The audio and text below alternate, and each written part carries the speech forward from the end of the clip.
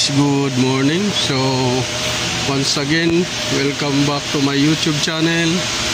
So ngayong araw na to guys, magsishare lang ako sa inyo itong Chevrolet Suburban.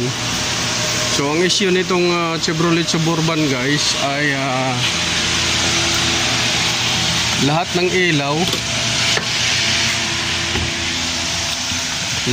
ilaw dito guys sa cluster kumukurap-kurap.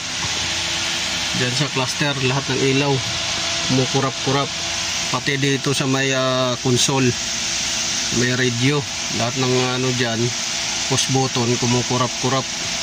So kumukurap-kurap dito, tapos dito kumukurap, lahat ng ilaw dyan sa loob, mga dome lights kumukurap. Tapos pagka nag-apak ka guys ng preno dito sa baba, lahat ng ilaw nagkukurap. So ngayon magsishare lang ako sa inyo guys kung ano minsan yung nagiging dahilan nito guys. So although na may idea kagad ako nito na kinukulang sa ground, so yun yung i-share ko sa inyo na dapat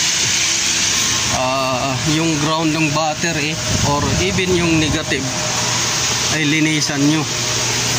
So gaya nito, so hindi pa natin to guys binasahan ng computer, mamaya basahan natin, pero nag visual checking muna tayo. So gaya nito, makikita nyo kalahati na lang yung nakalapat, yan o, dyan na lang yung nakalapat. So puro na siya salt corrosion, ayan. So yan yung share ko sa inyo na check nyo lagi yung battery,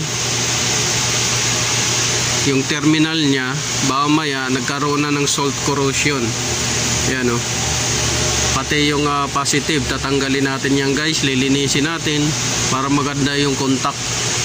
So visual checking muna tayo bago natin basahan ng computer lahat ng mga ground. Baka maya may mga wire din na hindi na ikabit kasi minsan hindi naman lahat, yung mga ibang mekaniko dito na ibang lahi, yung mga ground hindi nila yan pinapansin. So kahit ground, tapos check natin dito kasi may mga naidagdag na silang wire, yan oh. May mga jump wire na sila, so i-check natin yan, yung mga wire dyan, pati yung mga fuses i-check din natin yan. Pero unahin natin ngayon yung body ground. So lahat ng body ground pitan natin, lilinisan natin. So yun yung mag-umpisa tayo dito sa may battery terminal, yan o. Kung ilawan ko yan guys, yan o, may salt corrosion na siya. So yan yung natin unahin. Sumunod yung body ground, kasi marami dito body ground na hindi, I think mayroong hindi naikabit din dito. So yan yung natin. So mag-uumpisa lang kayo sa mga body ground pagka ganyan ang issue, tapos babasahan ninyo ng computer.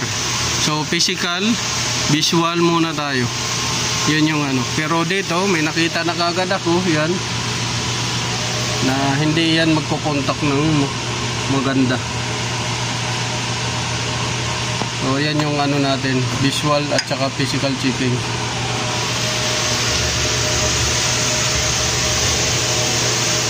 At saka yung makina din, kasi baka maya may mga ground sa makina na hindi maayos talaga.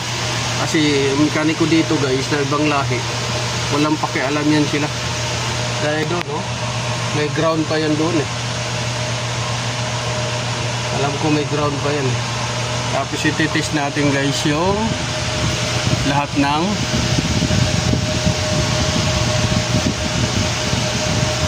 wire nya, lalo na sa mga grounding wire nya, body to engine, engine to body, at saka pati na doon sa mga papuntang module.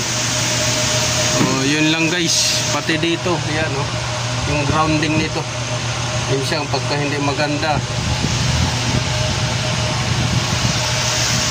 kukurap-kurap din lahat ng ilaw.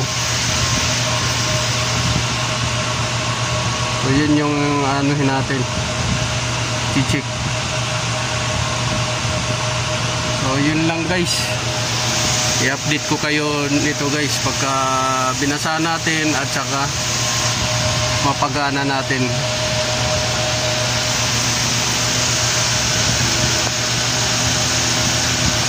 Abangan nyo na lang guys yung video natin na to hanggang sa dulo guys.